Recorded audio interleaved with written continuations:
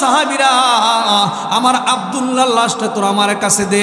লাশটা নিয়ে আসমানের দিকে তাকায়া কান্দার বলেন, আল্লাহ তোমার বান্দা যুবক সন্তান সব হারাইলো, সম্পদ হারাইলো, টাকা পয়সা হারাইলো, সব হারাইলো, কিন্তু মান হারায় নাই। আল্লাহ তোমার বান্দার প্রতি আমি নবী সন্তুষ্ট হয়ে গেছি। আল্লাহ তুমি তোমার বান্দার প্রতি সন্তুষ্ট হয়ে যাও। এই কথা বলার সঙ্গে সঙ্গে সমস্ত সাহাবীরা কবর ধরে কান্দে।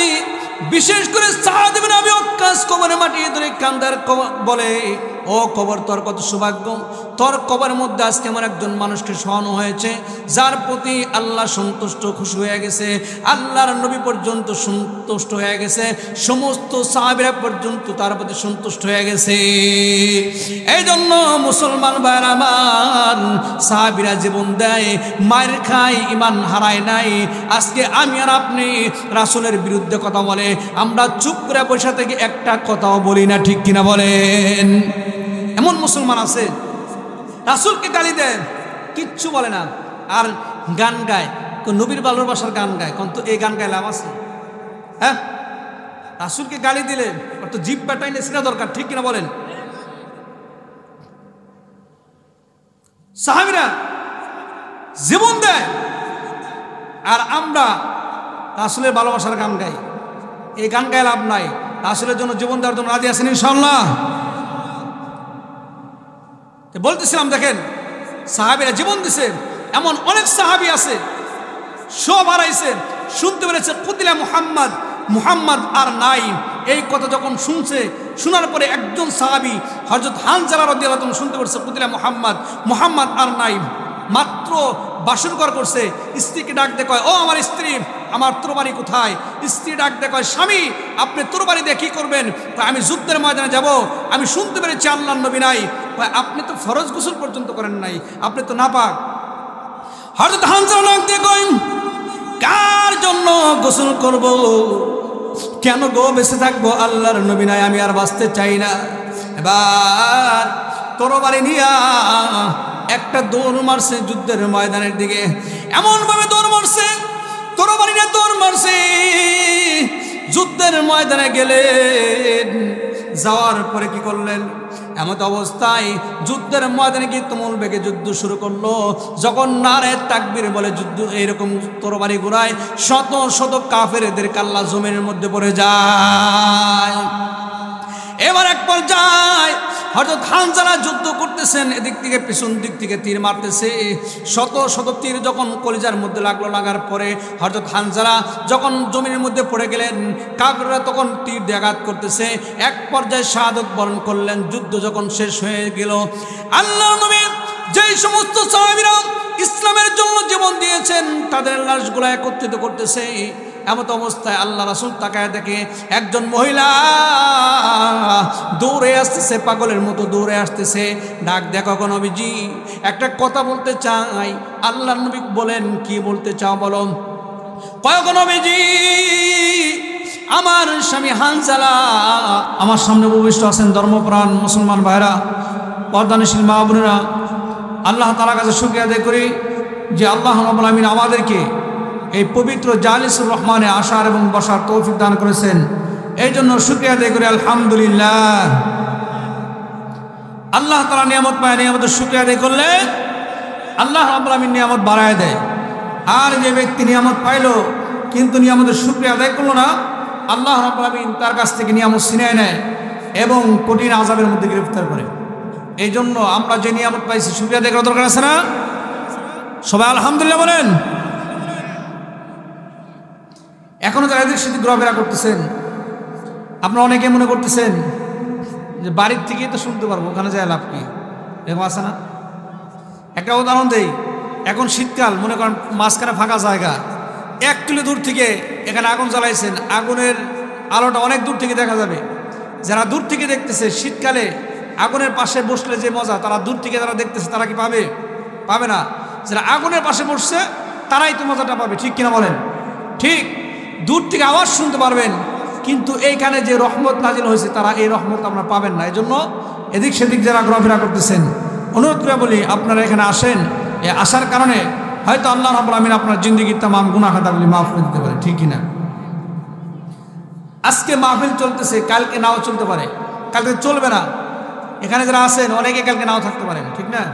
মারাও যেতে পারেন। এই জন্য বলেন, তোমার গনার দিন শেষ হইয়া যাইবি, যৌবনে লাগবি বাটি, ওই যে দেখো ডাকিতেছে তোমার কবরের মাটি, ঠিক কিনা বলেন? তোমার গনার দিন শেষ হইয়া যাইবি, যৌবনে লাগবি বাটি, ওই যে দেখো ডাকিতেছে তোমার কবরের মাটি, ওই যে দেখো ডাকিতেছে তোমার কবরের মাটি। সন্ধ্যার আগে তোমার ডুবে গো বেলা, এক পলকে ভেঙ্গে যাবে তোমার দুনিয়ার খেলা, ঠিক কিনা বলেন? সন্ধ্যার আগে তোমার ডুবে গো বেলা, এক পলকে ভেঙ্গে যাবে তোমার দুনিয়ার খেলা। তুমি কার দিবা জোরে দম, কার মাথায় মারবা লাঠি, হাইরে কার দিবা জোরে দম, কার মাথায় মারবা লাঠি, ওই যে দেখো ডাকিতেছে তোমার কবরের মাটি, ওই যে দেখো ডাকিতেছে তোমার কবরের মাটি। কবর শুনে আসবে আত্মীয় স্বজন, তোমারই চার পাশে বসে তারা করিবে ক্রন্দন, তোমার মনের মতো সাজাইবে কি সুন্দর পহরি পাঠি, হাইরে মনের মতো সাজাইবে কি সুন্দর পহরি পাঠি, ওই যে দেখো ডাকিতেছে তোমার কবরের মাটি, ওই যে দেখো ডাকিতেছে তোমার কবরের মাটি, ঠিক কিনা বলেন? একটু তাকবীর দেন, নারে তাকবীর। আওয়াজ হয় নাই। এই ইলেকশনের সময় দেখবেন তাকবীরটা ফাটায় ফেলায়, অমুক বাড়ির চরিত্র ফলের মতো পবিত্র, নামাজ পড়ানো এক ওয়াক্ত আছে না এরকম? ইলেকশনের আগে কত ধরনের পাম্পট্টি দেয়, নামাজ পড়বো আল্লাহ আল্লাহ হয়ে যাবো, পাশ করলে খবর থাকে না, ঠিক? যতবার চুলোগান দেয় ততবার যদি আল্লাহর নামে চুলোগান দিত ওই লোকটা আল্লাহর ওলি হয়ে যেত, ঠিক কিনা বলেন? কিন্তু এনে তাকবীর দেওয়ার কই, চুপ করে বসে থাকেন। জোরে তাকবীর দেন, নারে তাকবীর, নারে তাকবীর। ইসলামের শত্রুরা নারে তাকবীর। শুনেন তাকবীর কেন দিতে বলছে জানেন? একটা উদাহরণ দিই। স্বামী আর স্ত্রী ঝগড়া লাগেছে। এখন স্বামী সারাদিন চাকরি করার পরে রাত্রে আসছে, স্ত্রীকে বলে মশাই কামড়াইতেছে, একটু মশাই টানায় দাও। স্ত্রী কয় তুমি 50,000 টাকা বেতন পাও, আমি তো 50,000 টাকা বেতন পাই, স্ত্রীও চাকরি করে, বুঝেন নাই? কয় সমান অধিকার, তুমি মশাই টানায় নাও। এখন স্বামী তো বেকারের মধ্যে পড়ছে। এখন স্বামী চিন্তা করলো যে আগে কথা বলবে সে আগে মশাই টানাবে, বুঝেন নাই? এখন কেউ কথা কয় না, কারণ কথা কইলে মশাই টানাইতে হবে। দেখেন নাই, কথা বললেই আলেমদেরকে জেলে আটকাইছে, করে নাই? করছে। এই মশারি টানার ভয়ে কেউ কথা বলে না, চুপ করে শুয়ে রয়েছে। চোর চিন্তা করলো কিরে সবাই তো ঘুমায় গেছে, ভিতরে ঢুক। ভিতরে ঢুকার পরে যা কিছু ছিল সব চুরি করে নিয়ে গেছে। এখন চুরি করে যখন নিয়ে গেছে, এখন স্ত্রীর সামনে ডাক দেখো, এই উঠো, দেখো সব তো নিয়ে গেছে। বলেন তো এখন চিল্লাচিল্লি করে লাভ আছে? চোর তো নিয়ে গেছে। কিন্তু আগে যদি চিল্লাচিল্লি করতো, মশারি যদি নাও টানাইতো, দুজন ঝগড়া করতো, তারপরে চোর বলতো এই সদা কাছে যাওয়া যাবো না, ঠিক কিনা বলেন? ঠিক। আমরা যদি চুপ করে বসে থাকি, ইহুদি নাসারা খ্রিস্টান আমাদের ঈমান নিয়ে ছিনিমিনি করবে। এই জন্য বলে দিতে চাই, আমরা মুসলমানের জাতি, আমরা কাউকে ভয় পাই না, একমাত্র আল্লাহকে ভয় পাই, ঠিক কিনা বলেন? আমাদের ইমান নিয়ে সিনেমিনি খেলবা? আমরা তো আবু বকরের জাতি, ওমরের জাতি, আমাদের ভয় দেখায় লাভ নাই। কাপড় নিয়ে মাঠে যদি নামি একটাও পালাইতে পারবো না, ঠিক কিনা বলেন? এই বাংলাদেশে ইসলাম চলবে, ইসলাম ছাড়া কোনো কিছু চলবে না। কি বলেন? সব জায়গা শেষ, এখন ইসলাম চলবে। ইসলামের বিরুদ্ধে কথা বলে বাংলাদেশে কেউ টিকতে পারবে না ইনশাআল্লাহ, ঠিক কিনা বলেন? সে যেই হোক না কেন, ইসলাম পক্ষে আছেন আপনারা? আল্লাহ কবুল ও মঞ্জুর করুন, আমিন বলেন। আমি আপনাদের সামনে একটি সূরা তেলাওয়াত করছি। এই সূরাটার নাম হলো সূরা লাহাব। নাম কি? সূরা লাহাব। এটা দুইটা নাম, একটা হলো লাহাব আর একটা হলো মাসাদ। এই সূরাটা রাসূলের আপন চাচার বিরুদ্ধে নাজিল হয়েছে। কার বিরুদ্ধে? আপন চাচা। আল্লাহ পাক যখন এই আয়াত নাজিল করলেন, وأنذر عشيرتك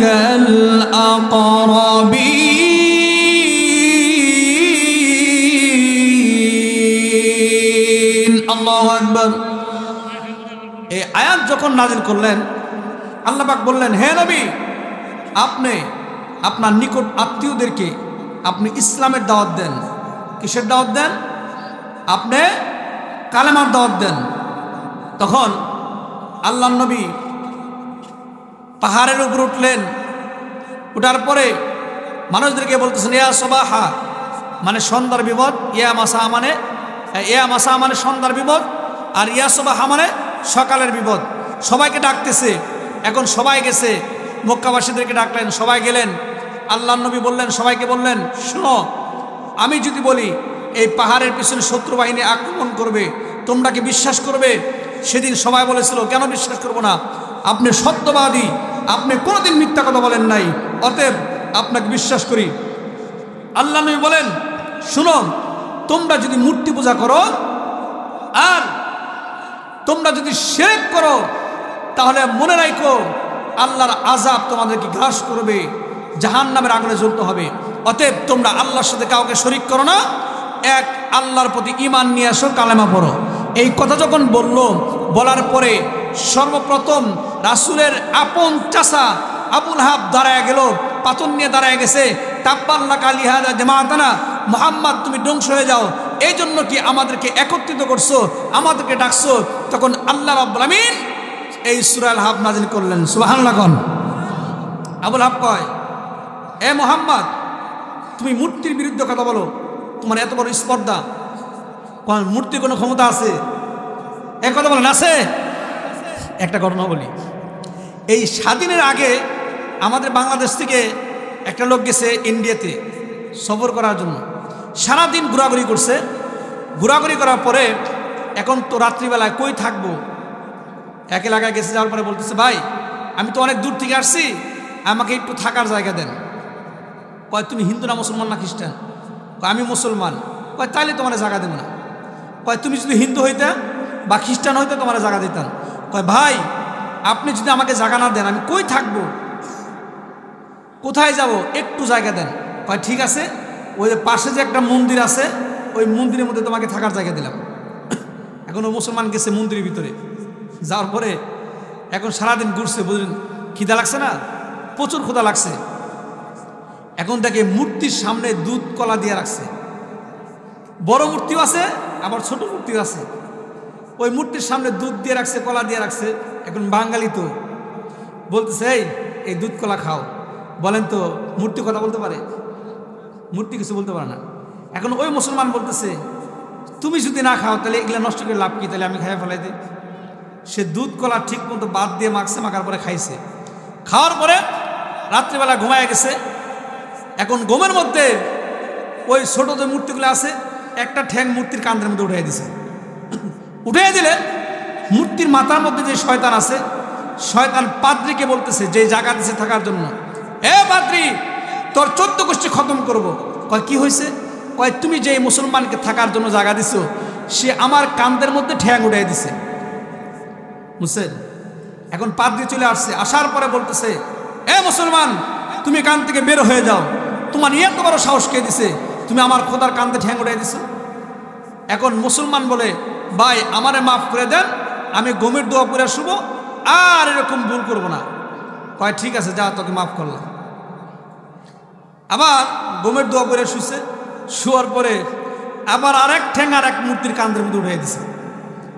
উঠে দিলে ওই মূর্তির মাথার মধ্যে যে শয়তান আছে, শয়তান বলতেছে স্বপ্নে দেখায়, এই পাদ্রী দেখ, আমার সাথে 2 বার বেয়াদবি করছে, 2 ঠ্যাং আমার কান্দে উঠে দিছে, তুমি কেল্লিকে মুসলমানকে জাগা দিছো, মুসলমানকে সরায় দাও, যদি না সরায় দাও তোমার 14 গোষ্ঠী খতম করব। এখন পাদ্রী তো আবার আসছে, আসার পরে কয়, মুসলমান যাও, এখান থেকে বের হয়ে যাও, তোমাকে দয়া করে জাগা দিছি, তুমি আমার খোদার কান্দে ঠ্যাং উঠে দিছো, এত বড় সাহস কে দিছে বলো? কয় ভাই আমাকে মাফ করে দেন, আমি আর এই ভুল করবো না। অনেক অনুনয় বিনয় করছে, আমি আয়াতুল কুরসি পড়ে শুনবো, আর বেয়াদবি করবো না। তো ওই পাত্রী মনে করছে আয়াতুল কুরসি অনেক পাওয়ারফুল কোনো মন্ত্র হতে পারে, কয় ঠিক আছে তোমাকে এবার মাফ করে দিলাম। অন্ত আয়াতুল কুরসি কিন্তু পাওয়ার একটা সূরা, হাদিসের মধ্যে আছে, যদি কোনো ব্যক্তি প্রত্যেক 5 ওয়াক্ত নামাজের পরে প্রত্যেক দিন যদি এই আয়াতুল কুরসি তেলাওয়াত করে, মৃত্যুবরণ করার সঙ্গে সঙ্গে আল্লাহর তো জান্নাতে চলে যাবে। সুবহানাল্লাহ বলেন। তার কি এটার পাওয়ার আছে না? পাওয়ার আছে। এখন ওই পাদ্রী তো আর বুঝে নাই, ওই মুসলমান আয়াতুল কুরসি পড়ে শুইছে, শোয়ার পরে পা দিয়ে একটা লাড়া মারছে, সব মূর্তি ভাঙে চুরমার হয়ে গেছে। এখন মূর্তির ভিতরে যে শয়তান স্বপ্নে দেখে, এই পাদ্রী দেখ, আমার সাথে 2 বার বেয়াদবি করছে, পাও দিয়ে লাড়া দিয়ে আমাকে ভেঙে টুকরা টুকরা করে ফেলাইছে, আমি তোর 14 গোষ্ঠী খতম করব। এখন পাদ্রীর মাথার টনক লড়ে গেছে। পাদ্রী কয়, এই তুই কেমন খোদা রে? তুই তো খোদা না, তুই হুদা। কারণ তুই আমার 14 গোষ্ঠী খতম করবি। একজন মুসলমানকে থাকতে দিলাম, সে তো আর 2 বার কান্দে ঠ্যাং উড়াই দিল, আবার পা দিয়ে লাড়া দিয়া তোকে বেঙ্গে টুকরা টুকরা করে ফেলাই দিল। সেই মুসলমানের পা বেঙ্গে গঙ্গায় ফেলাইতে পারলি না, সেই মুসলমানের পা বেঙ্গে যমুনায় ফেলাইতে পারলি না, অতএব তুই খোদা না, তোর মতো খোদার দরকার নাই, আমি কালেমা পড়ে মুসলমান হয়ে গেলাম। সুবহানাল্লাহ বলেন। তাহলে মূর্তির কোনো ক্ষমতা আছে? ক্ষমতা নাই। ক্ষমতার মালিক কে? আল্লাহ। আবুল আহাব বলতেছে, মুহাম্মদ তুমি আমার খোদার বিরুদ্ধে কথা বলো, মূর্তির বিরুদ্ধে কথা বলো। এই কথা বলে তাব্বাল্লাকা আলিহাযা জামাআতানা, মুহাম্মদ তুমি ধ্বংস হয়ে যাও, এই জন্য কি একত্রিত করছো? যখন পাথর উত্তোলন করছে রাসূলকে মারার জন্য, আল্লাহ পাক রব্বুল আলামিন তখন এই সূরা নাজিল করলেন, তাব্বাত ইয়াদা আবি লাহাব, আবুল আহাবের 2 হাত ধ্বংস, অতাব্বা, এবং সে ধ্বংস হয়ে গেছে, মা আগনা আনহু মালুহু মা কাসাব, তার ধন সম্পদ কোনো কাজে আসে নাই। যখন এই সূরা নাজিল করলো, আবুল আহাব তো আরো বিরোধিতা শুরু করলো। এখন আবুল আহাব রাস্তায় ঘুরে আর রাসূলের বিরুদ্ধে কথা বলে যে মুহাম্মদ একজন জাদুকর, মুহাম্মদ একজন মৃত্যুক, নাউজুবিল্লাহ বলেন। আবুল আহাবের স্ত্রীর নাম হলো উম্মে জামিল। সে আরো খারাপ। সে কি করতো? রাসূল যেখান দিয়ে হাঁটতো ওইখানে কাঁটা দিয়ে রাখতো রাসূলকে কষ্ট দেওয়ার জন্য। এই উম্মে জামিল, আল্লাহর নবী একদিন মক্কার মধ্যে কোরআন তেলাওয়াত করতেছিলেন, হযরত আবু বকর সিদ্দিক রাদিয়াল্লাহু আনহু বসা, রাসূল তেলাওয়াত করতেছিলেন। এমত অবস্থায় উম্মে জামিল আবুল আহাবের স্ত্রী একটা পাথর নিয়ে আসছে রাসূলকে মারার জন্য। নিয়ে আসছে, আসার পরে আবু বকরকে বলতেছে, আবু বকর মুহাম্মদ কোথায়, বলো, মুহাম্মদকে শেষ করব। কিন্তু হযরত আবু বকর পাশে বসা। আবু বকর বলেন, আমার পাশে রাসূল কোরআন তেলাওয়াত করতেছে, অথচ উম্মে জামিল দেখে নাই। উম্মে জামিল রাগ দিয়ে কয়, হে আবু বকর, আজকে মুহাম্মদকে যদি পাইতাম দুনিয়া থেকে চিরদিনের জন্য বিদায় করে দিতাম। আবু বকর কিচ্ছু বলে না। উম্মে জামিল রাগান্বিত হয়ে চলে গেছে। যাওয়ার পরে এমত অবস্থা, আবু বকর ডাক দেখায়, ওগো আল্লাহর নবী, আমি বুঝতে পারলাম না আপনাকে মারার জন্য আসছিল। উম্মে জামিল পাথর নিয়ে আসছে আপনাকে খোঁজার জন্য, কিন্তু একটা বার আপনাকে পায় নাই। কারণটা কি বলেন? আল্লাহর নবী ডাক দেখায়, ও আবু বকর, তুমি কি কোরআন পড়ো নাই? ওয়া ইযা ক্বরাতাল কুরআন وَإِذَا قَرَأْتَ الْقُرْآنَ جَعَلْنَا بَيْنَكَ وَبَيْنَ الَّذِينَ لَا يُؤْمِنُونَ بِالْآخِرَةِ حِجَابًا مَسْتُورًا।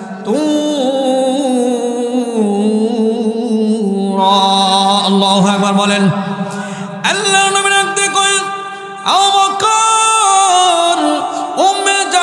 যখন আমাকে মারার জন্য আসছিল, আল্লাহ রাব্বুল আলামিন আমাকে কুদরতি পর্দা দিয়ে ঢেকে রাখছে। উম্মে জামিল আমাকে একটাবার দেখে নাই। আল্লাহ রাব্বুল আমিন আমাকে ডেকে রেখেছিলেন ঠিক কিয়ামত পর্যন্ত যারা কোরআন পড়বে, কোরআনকে সংরক্ষণ করে রাখবে সিনার মধ্যে, তাদের বিরোধিতা যারা করবে তারাই ধ্বংস হয়ে যাবে।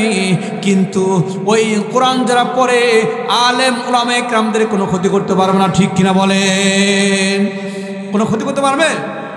দেখেন নাই যারা বলেছিল এই বাংলাদেশে কোনো মাদ্রাসা রাখবো না, এই মাদ্রাসা থাকবে না, আলেম থাকবে না, আজকে তারাই চলে গেছে, ঠিক কিনা বলেন? আজকে তারা আছে? নাই। দেখেন আলেম ঠিকই আছে, ইমাম সাহেব আছে, কোরআন আছে, মাদ্রাসা আছে, কিন্তু তারা নাই। ঠিক কিয়ামত পর্যন্ত যারা ইসলামের বিরোধিতা করবে তারা থাকবে না, কিন্তু যারা ইসলামকে অন্তরের মধ্যে ধারণ করবে তাদের সম্মান বাড়ায় দেবে কে বলেন? কে? আল্লাহ পাক বাড়ায় দেবে। তো উম্মে জামিল তো মাথা খারাপ, রাসূলকে দেখে নাই। আল্লাহ রাসূল বলেন আবু বকর সে যখন মারার জন্য আসছে আমাকে, এখন ওই উম্মে জামিলের মাঝখানে আর আমার মাঝখানে একটা পর্দা দিয়ে ঢেকে রাখছে, উম্মে জামিল আমাকে দেখতে পারে নাই। এখন উম্মে জামিল তার স্বামীকে বলতেছে, আবুল আহাবকে বলতেছে, শুনো এই মুহাম্মাদের মানে রাসূলের দুই মেয়েকে বিয়ে দিছিল, নবুয়তের আগে রাসূলের দুই মেয়েকে বিয়ে দিছে আবুল আহাবের দুই সন্তানের কাছে, উতবা এবং উতাইবার কাছে। এখন আবুল আহাব তার দুই সন্তানকে বলতেছে, এই উতবা উতাইবা তোমরা মুহাম্মাদের দুই মেয়েকে বিয়ে করছো, তালাক দিয়ে চলে আসো। এখন এই দুই সন্তান যা করছে কি রাসূলের কলার ধরে টানতেছে আর বলতেছে, মুহাম্মদ তোমার আল্লাহ টাল্লাহ কিচ্ছু মানি না, তোমার দুই মেয়েকে বিয়ে করছিলাম, তালাক দিয়ে গেলাম। নাউজুবিল্লাহ বলেন, কত খারাপ।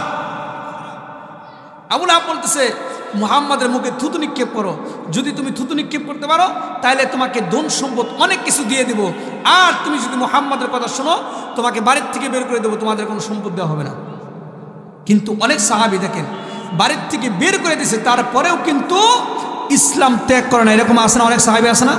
যেমন একজন সাহাবী হাদিসের মধ্যে আসছে আব্দুল উজ্জা, সে তার চাচাকে বলতেছে, চাচা আমি শুনতে পেরেছি মুহাম্মদ নামে একজন নবুয়ত দাবি করে, সে কেমন?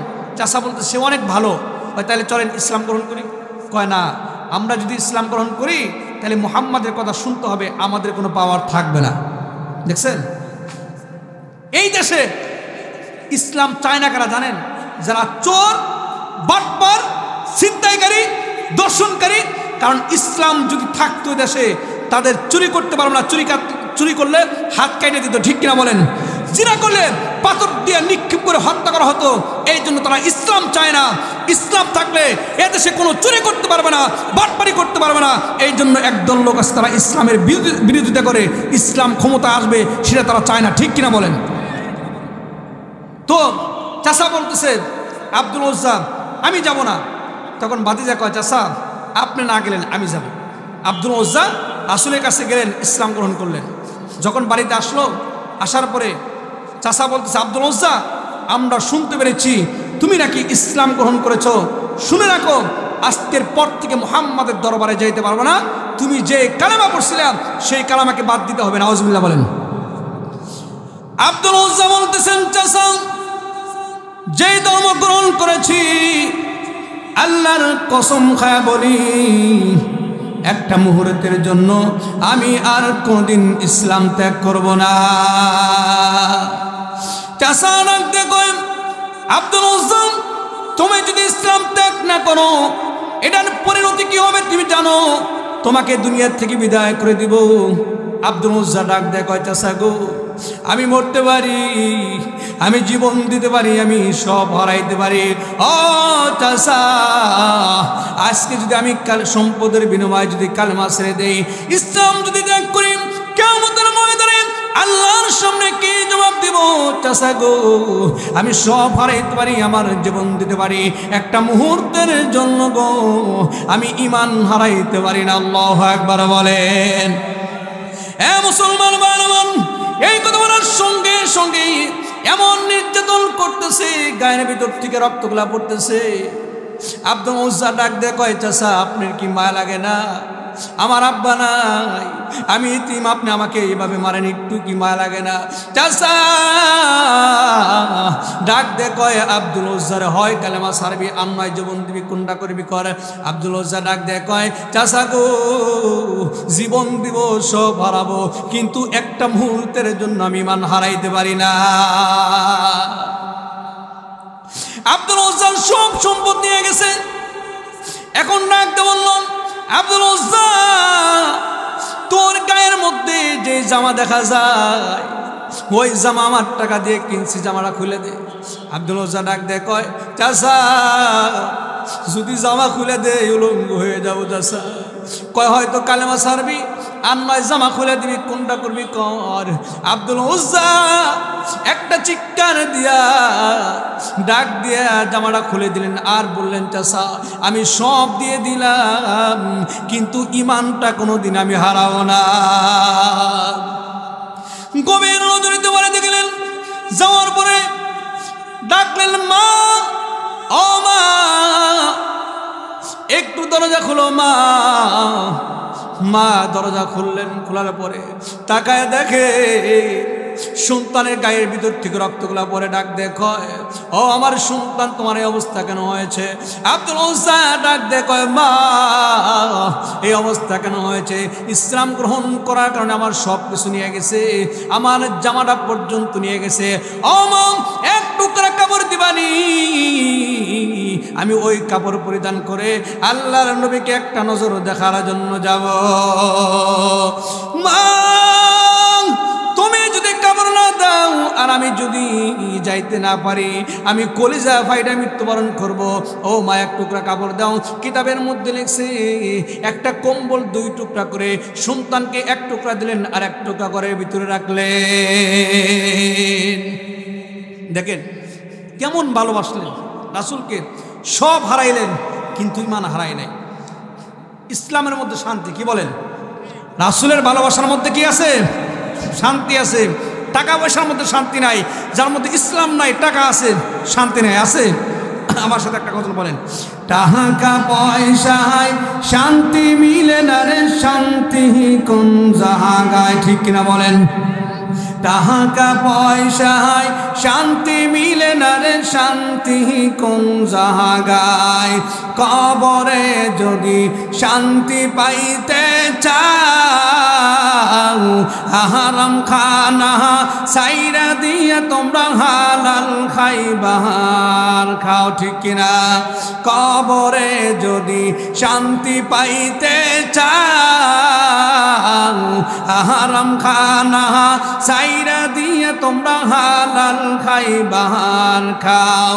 হালাল পথে চললে রে মন, পাইবি নবী মুস্তাফায়ে, হায়রে হালাল পথে চললে রে মন, পাইবি নবী মুস্তাফায়ে। টাকা পয়সায় শান্তি মিলে না রে, শান্তি কোন জায়গায়? টাকা পয়সায় শান্তি মিলে না রে, শান্তি কোন জায়গায়? ঘরে যদি শান্তি পাইতে চাও, মা বোনের পর্দা করে তোমরা সংসারে চালাও, ঠিক কিনা বলেন? পর্দা মতো চলে মাগো, পাইবি বিহি ফাতেমায়ে, হায়রে পর্দা মতো চলে মাগো, পাইবি বিহি ফাতেমায়ে। টাকা পয়সায় শান্তি মিলে না রে, শান্তি কোন জায়গায়? টাকা পয়সায় শান্তি মিলে না রে, শান্তি কোন জায়গায়? মনের শান্তি পাইবি রে মন, গেলে সোনার মদিনায়, হায়রে মনের শান্তি পাইবি রে মন, গেলে সোনার মদিনায়। টাকা পয়সায় শান্তি মিলে না রে, শান্তি কোন জায়গায়? আল্লাহু আকবার বলেন। শান্তি কোথায় আছে? নবীর সুন্নতের মধ্যে শান্তি আছে, ইসলামের মধ্যে, ঠিক কিনা বলেন? এবার আব্দুল উজ্জা ডাক দেখো, মা 1 টুকরা কাপড় দাও, আমি তো রাসূলকে দেখার জন্য পাগল হয়ে গেছি, আমি যদি যাইতে না পারি আমি তো কলিজা ফেটে মৃত্যুবরণ করবো। এখন মা একটা কম্বল দিলেন, 2 টুকরা করলেন, 1 টুকরা ঘরের মধ্যে রাখলেন আর 1 টুকরা আব্দুল উজ্জাকে দিলেন। এবার আব্দুল উজ্জা ওই 1 টুকরা কম্বল নিয়া লজ্জা স্থানের মধ্যে পেঁচ দিয়ে তুইরা রাসূলের দরবারে গেলেন, মসজিদে নববীর মধ্যে গেলেন।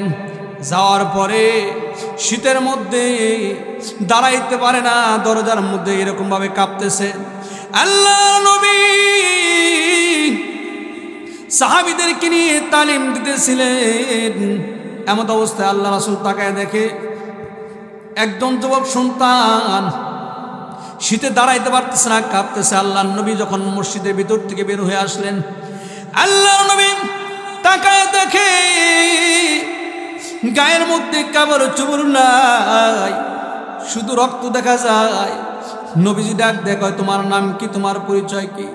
সাহাবী ডাক দেয়, গো নবীজি আপনি কি আমাকে চিনতে পারেন নাই? গো নবীজি আমি আপনার সাহাবী। ইসলাম গ্রহণ করার কারণে আপনি আমার নাম দিয়েছেন আব্দুল্লাহ। ওগো নবীজি আমি সেই আব্দুল্লাহ। আল্লাহর নবী চেহারার দিকে তাকায় নবীজি কান্দার কয়, তুমি না বড় লোকের সন্তান ছিলা, সকালে 1 জামা পরিধান করতে, ওই জামা খুলিয়া বিকেল আর 1 জামা পরিধান করতে, এখন তাকায় দেখি তোমার গায়ের মধ্যে শুধু রক্ত দেখা যায়, কাপড় দেখা যায় না। এই অবস্থা কেন হয়েছে বলো? আব্দুল উজ্জা ডাক দেয়, ওগো নবীজি ইসলাম গ্রহণ করার কারণে আমি সব হারাইলাম, সম্পদ হারাইলাম, দৌলত হারাইলাম, কাপড়টা পর্যন্ত হারাইছি, কিচ্ছু আনতে পারি নাই। আল্লাহ নবী কাঁদলেন আর বললেন, সাহাবী রে তোর মনের মধ্যে কি আশা আছে বলো? সাহাবী ডাক দেখো, ওগো নবীজি দুনিয়ার সম্পদের কোনো মায়া আমার নাই, টাকা পয়সার মায়া নাই, ধন দৌলতের মায়া নাই। ওগো নবীজি আপনি বলেছেন যারা আল্লাহর জন্য জীবন দিবে, কোরআনের জন্য জীবন দিবে, তাদের কবরে কোনো ভয় নাই, হাসরে কোনো ভয় নাই। লা খাউফুন আলাইহিম ওয়ালা হুম ইয়াহজানুন। আল্লাহু আকবার বলেন। ওগো নবীজি আপনি বলেছেন যারা ইসলামের জন্য জীবন দেবে তাদের কোনো ভয় নাই। ওগো আল্লাহর নবী আপনি আমার জন্য দোয়া করেন, আমি যেন আল্লাহর জন্য আমার জীবনটা দিয়ে দিতে পারি। আল্লাহর নবী 2টা হাত উত্তোলন করে বলতেছেন, আল্লাহ তোমার এই বান্দা যুবক সন্তান আল্লাহ সব হারাইছে, ঈমান হারায় নাই। আল্লাহ কোনো কাফের যেন আমার এই উম্মতকে যেন হত্যা না করতে পারে। এই দোয়া করার সঙ্গে সঙ্গে সাহাবী ডাক দেয়, কয় ওগো নবীজি এই দোয়া কেন করলেন? কেন আমাকে শহীদের দোয়া করলেন না? আল্লাহর নবী ডাক দেয়, কয় আব্দুল্লাহ রে তুমি যদি এমনিও মারা যাও তারপরেও আল্লাহ রাব্বুল আমিন তোমাকে শহীদের সওয়াব দান করবে। আব্দুল্লাহ বাড়িতে গেলেন, যাওয়ার পরে অসুস্থ হয়ে বললেন, কিছুদিন পরে ইন্তেকাল করলেন। আল্লাহর নবী খবর শুনলেন, শোনার পরে বাড়িতে আসলেন, ওই সাহাবীর বাড়িতে গেলেন। যাওয়ার পরে নবীজি সাহাবীদেরকে বললেন আমি জানাজার নামাজ পড়াবো।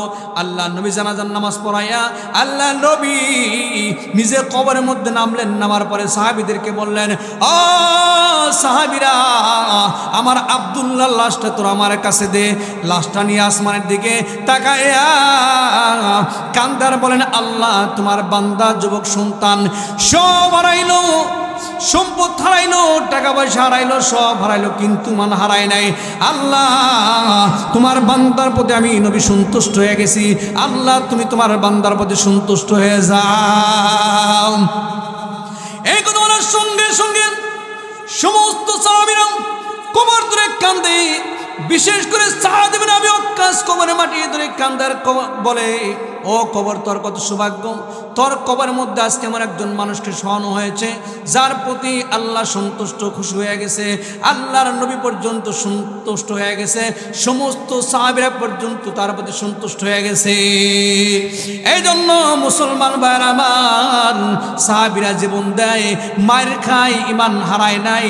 আজকে আমি আর আপনি রাসূলের বিরুদ্ধে কথা বলে আমরা চুপ করে বসে থেকে একটা কথাও বলি না, ঠিক কিনা বলেন?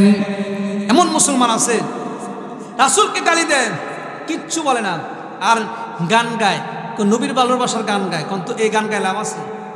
হ্যাঁ, রাসূলকে গালি দিলে ওর তো জিভ পাটাইলে সেটা দরকার, ঠিক কিনা বলেন? সাহাবীরা জীবন দেয় আর আমরা রাসূলের ভালোবাসার গান গাই। এই গান গায়ে লাভ নাই, রাসূলের জন্য জীবন দেওয়ার জন্য রাজি আছেন ইনশাআল্লাহ? বলতেছিলাম দেখেন, সাহাবীরা জীবন দিছে, এমন অনেক সাহাবী আছে সব হারাইছে, শুনতে পেরেছে কুতিলা মুহাম্মদ, মুহাম্মদ আর নাই। এই কথা যখন শুনছে, শোনার পরে একজন সাহাবী হযরত হানজালা রাদিয়াল্লাহু আনহু শুনতে পেরেছে কুতিলা মুহাম্মদ, মুহাম্মদ আর নাই। মাত্র বাসর ঘর করছে, স্ত্রীকে ডাক দিয়ে কয়, ও আমার স্ত্রী, আমার তরবারি কোথায়? স্ত্রী ডাক দিয়ে কয়, স্বামী আপনি তরবারি দিয়ে কি করবেন? আমি যুদ্ধের ময়দানে যাব, আমি শুনতে পেরেছি আল্লাহর নবী নাই। আপনি তো ফরজ গোসল পর্যন্ত করেন নাই, আপনি তো নাপাক। হযরত হানজালা ডাক দিয়ে কয়, কার জন্য গোসল করব? কেন গো বেঁচে থাকবো? আল্লাহর নবী নাই, আমি আর বাঁচতে চাই না। এবার তরবারি নিয়া একটা দৌড় মারছে যুদ্ধের ময়দানের দিকে, এমন ভাবে দৌড় মারছে, তরবারি নিয়ে দৌড় মারছে।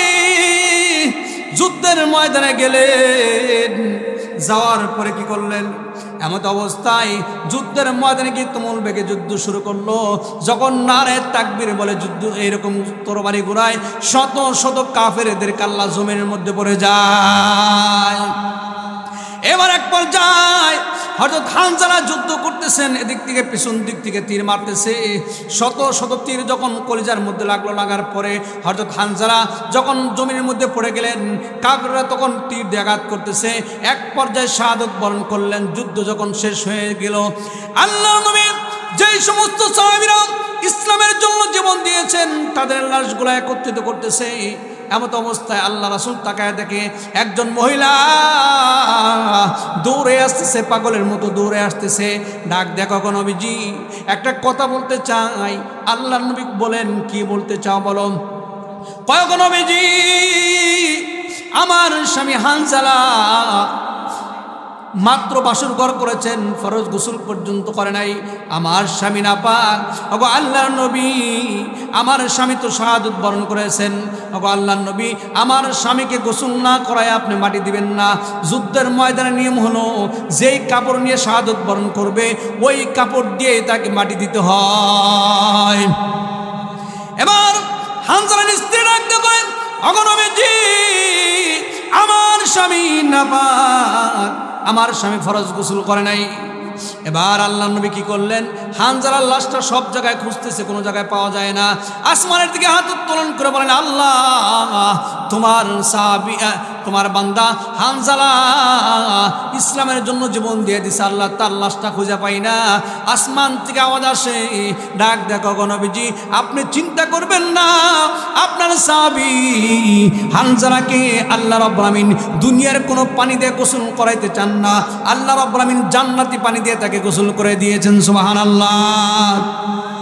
আল্লাহর নবী আসমানের দিকে তাকায় আছেন, দেখেন আসমান থেকে হানজালার লাশটা যখন জমিনে আসলো, আসার পরে আল্লাহর নবী চেহারার দিকে তাকায় দেখে জান্নাতের পানিগুলা টপ টপ করে পানিগুলা পড়তেছে। আল্লাহু আকবার বলেন। নবীর এক সাহাবী ছিলেন হানজালা নামেতে, তিনি শহীদ হয়েছিলেন উহুদের ময়দানে গিয়ে জঙ্গে উহুদে। নবীর এক সাহাবী ছিলেন হানজালা নামেতে, তিনি শহীদ হয়েছিলেন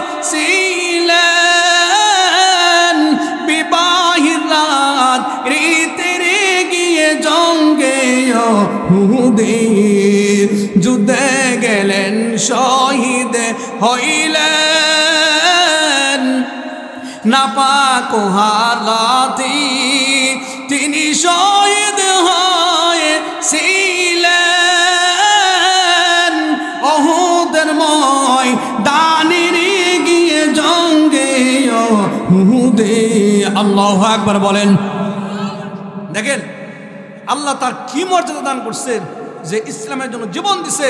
আল্লাহ পাক ওই লাশটাকে দুনিয়ার পানি দিয়ে গোসল করার নাই, ডাইরেক্ট আসমানে নিয়ে আসমানের পানি দিয়ে তাকে গোসল করাইছে। আল্লাহু আকবার বলেন। তাহলে কি আমরা কি ওই সাহাবীর মতো জীবন দিতে রাজি আছি না? ইনশাআল্লাহ অবশ্যই। সাহাবীরা যেরকম ভাবে জীবন দিয়েছেন, হযরত খালিদ বিন ওয়ালিদ বলতেছেন সারা পৃথিবীর সমস্ত বেঈমানদের বিরুদ্ধে আমি একা খালিদ যুদ্ধ করব। তাকে জিজ্ঞেস করা হলো আপনি একা কেমনে যুদ্ধ করবেন? তখন খালিদ বিন ওয়ালিদ বলল যে আল্লাহ রাসূল বলেছেন যেই ব্যক্তির মধ্যে ঈমান নাই ওই ব্যক্তি মৃত্যু তুল্য, আর যার মধ্যে ঈমান আছে সে হলো জীবিত। অতএব কাফের বেঈমান তাদের কোনো ঈমান নাই, তারা মৃত্যু তুল্য, আর আমার মধ্যে ঈমান আছে। আমি একা খালিদ तमाम পৃথিবীর সমস্ত বেঈমান কাফেরদের বিরুদ্ধে একাই যুদ্ধ করার জন্য প্রস্তুত আছি। ঠিক কিনা বলেন? আমরা সেই খালিদ বিন ওয়ালিদের উত্তরসূরি, আমাদেরকে ভয় দেখায় লাভ নাই। মাঠে নামছি জীবন দিব। এরকম কাপড়ের কাপড় নিয়ে মাটি কে কে নামবেন একটু হাত তুলে দেখায় দেন, তাকবীর দেন। নারে তাকবীর, নারে তাকবীর। ইসলামের শত্রুরা নারে তাকবীর।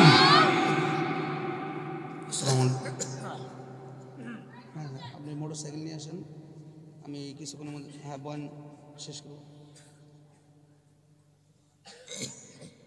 এই ঘাটে আসবো, আমি পরে ফোন দিচ্ছি কিছুক্ষণ পরে। আমার আর একটা প্রোগ্রাম আছে হচ্ছে অনেক দূরে, কুলিপাড়াচরে একটা প্রোগ্রাম আছে। হ্যাঁ, ফোন করতেছে।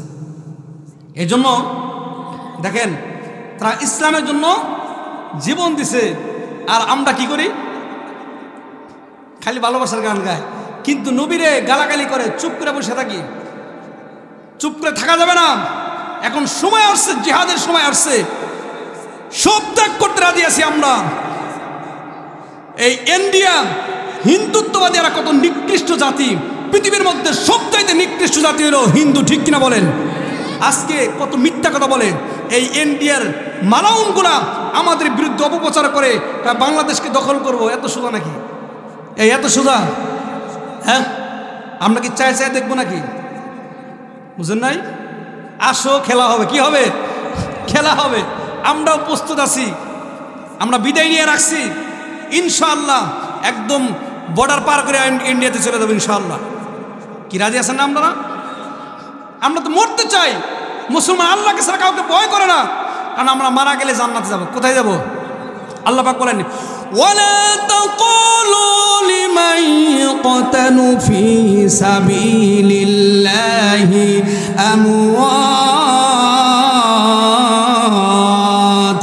বাল আহইয়াউ ওয়ালাকিন লা তাশউরুন।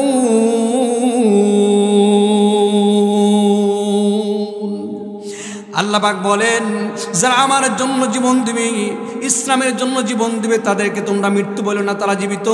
আমি আল্লাহ রাব্বুল আমিন তাদের জন্য কবরের মধ্যে আমি আল্লাহ জান্নাতি ফলগুলা খাওয়ায় দেই। এই জন্য যারা ইসলামের জন্য জীবন দিবে, কোরআনের জন্য জীবন দিবে, তারা মৃত্যু না, তারা জীবিত। আল্লাহ রাব্বুল আমিন তাদের জন্য কবরের মধ্যে জান্নাতি খাবারগুলা তাদের কবরের মধ্যে পৌঁছায় দেয়। এ মুসলমান ভাইরা আমার, সাহাবায়ে কেরাম জীবন দেওয়ার জন্য প্রস্তুত ছিল। মুতার যুদ্ধে আল্লাহর নবী 3000 সাহাবীকে প্রস্তুত করলেন। 1 লক্ষ রোমানদের বিরুদ্ধে 3000 সাহাবীকে আল্লাহ রাসূল প্রস্তুত করলেন। 3000 সাহাবীকে প্রস্তুত করলেন। এর মধ্যে 3 জন সাহাবীকে সেনাপতির দায়িত্ব দিলেন। একজনকে দিলেই চলতো, কিন্তু 3 জন কেন দিলেন? একজন আল্লাহ রাসূল বললেন এ যায়েদ বিন হারেস, তুমি প্রথম সেনাপতির দায়িত্ব পালন করবে। যায়েদ যখন শাহাদাত বরণ করবে, দ্বিতীয় সেনাপতির দায়িত্ব পালন করবে আমার চাচাতো ভাই জাফর বিন আবু তালেব। জাফর বিন আবু তালেব যখন শাহাদাত বরণ করবে, তখন আরেকজন সাহাবীর নাম বললেন আব্দুল্লাহ বিন রাওহা। এই 3 জন তোমরা সেনাপতির দায়িত্ব পালন করবে। এবার আল্লাহর নবী যায়েদকে বলতেছে, ও যায়েদ, যাও, তুমি তো শাহাদাত বরণ করবা, তুমি বিদায় নিয়ে আসো। হযরত যায়েদ ডাক দেখুন, আমার নবীজি, আপনি তো আমার পালক, আপনি তো আমার পিতা লাগেন, আমি আপনার পালক সন্তান। ওগো নবীজি, আপনি বলার পরে কারো কাছে অনুমতি লাগে না গো নবীজি। এবার কি করলেন, যায়েদ বিন হারেস হযরত আম্মা জান আয়েশার কাছ থেকে বিদায় নিয়ে যুদ্ধের ময়দানে চলে গেলেন। আল্লাহর নবী হযরত জাফরকে বললেন, জাফর রে যাও, তুমি বিদায় নিয়ে আসো, তোমার স্ত্রীর কাছ থেকে বিদায় নিয়ে আসো। হযরত জাফর বাড়িতে গেলেন, যাওয়ার পর স্ত্রীকে বললেন, ও আমার স্ত্রী, আমার জন্য দোয়া করিও, আমার জন্য দোয়া করিও। আল্লাহর নবী বলেছেন আমি যুদ্ধের ময়দানে শাহাদাত বরণ করব। স্ত্রী হাত তুলে দোয়া করলেন, আল্লাহ আমার স্বামীকে এই যুদ্ধে আল্লাহ তুমি বিজয় দান করায়ো, বিজয় দান করায়া আবার আমার স্বামীকে আমার ঘরের মধ্যে ফিরিয়ে নিয়ে আসবা।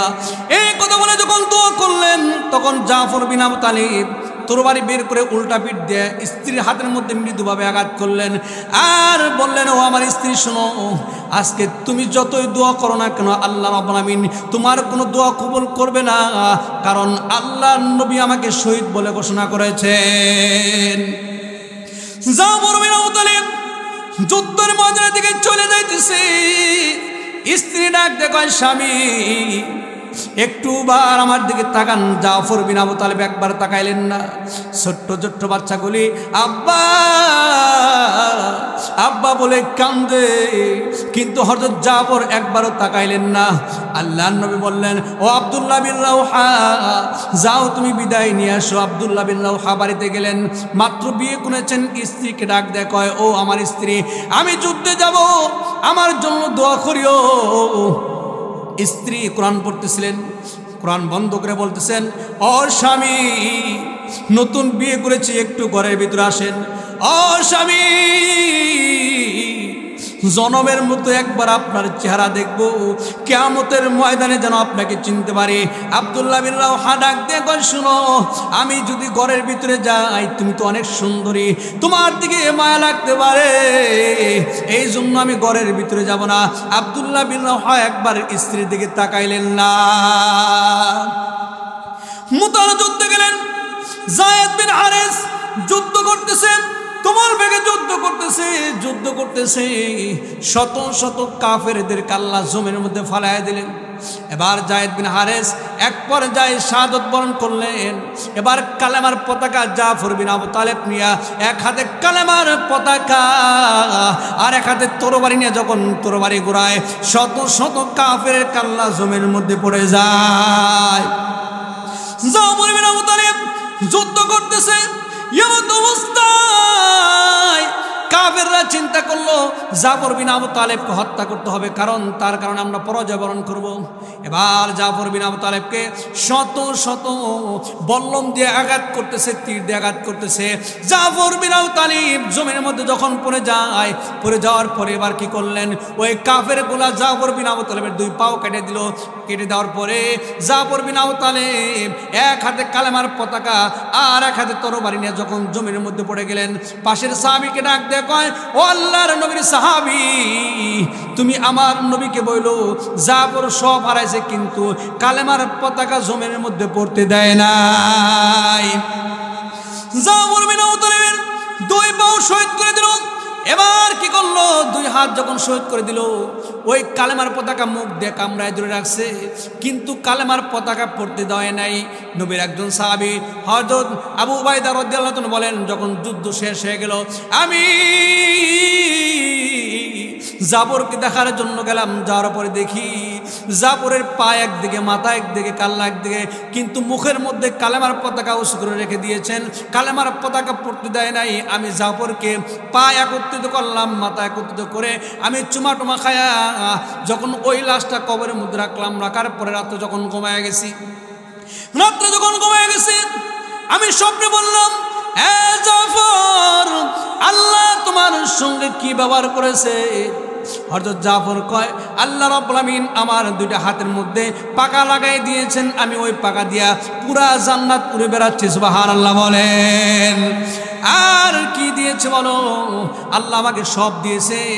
আল্লাহ রাব্বুল আমিন আমাকে বলল জাফর কি চাও? আমি বললাম আল্লাহ কিচ্ছু চাই না, আর একবার তুমি আমাকে দুনিয়ার মধ্যে পাঠাও, আবার তোমার ইসলামের জন্য আমার জীবনটা দিয়ে দিব। আল্লাহ ডাক দে কয় জাফর রে, আর তোমাকে দুনিয়ার মধ্যে প্রেরণ করা হবে না, কারণ সুযোগ একবার আসে, বারবার সুযোগ আসে না, জাফর তোমাকে পাঠানো হবে না। এই জন্য আল্লাহ নবী বলেন আমার একবার মনে চাই ইসলামের জন্য জীবন দেই, আবার জীবিত হই, আবার জীবন দিয়ে দেই। যারা আল্লাহর জন্য জীবন দিবে তাদের কোনো ভয় নাই, ঠিক কিনা বলেন? আপনার জীবন দেওয়ার জন্য রাজি আছেন ইনশাআল্লাহ? আল্লাহ আমাদের সকলকে যেন ইসলামের জন্য জীবন দিতে পারি, কোরআনের জন্য জীবন দিতে পারি। আল্লাহ আমাদের সকলকে তৌফিক দান করেন, সকলে আমিন বলেন। আমার জন্য দোয়া করবেন। আর একটা প্রোগ্রাম সেই রুলিপাড়া, অনেক দূর যাইতে হবে, আমি যেন ইসলামের খেদমত করতে পারি, আমার জন্য সকলে দোয়া করবেন। আপনাদের দোয়ার কারণে আমি সারা বাংলাদেশে প্রোগ্রাম করতেছি। কালকে গফরগাঁও প্রোগ্রাম করে আসলাম, এরপরে টেকনাফ, চট্টগ্রাম, কলকাতা মাহফিল ছিল, কিন্তু বিষয় দেয় নাই, বুঝলেন? দোয়া করবেন। আমি ববরের সন্তান, আমার বাড়ি চরে, মেঘারপটল চরে, আমার জন্য দোয়া করবেন, আমি আপনাদের জন্য দোয়া করি। এ বলে আমার বক্তব্য শেষ করি। আসসালামু আলাইকুম ওয়া রাহমাতুল্লাহি ওয়া বারাকাতুহু।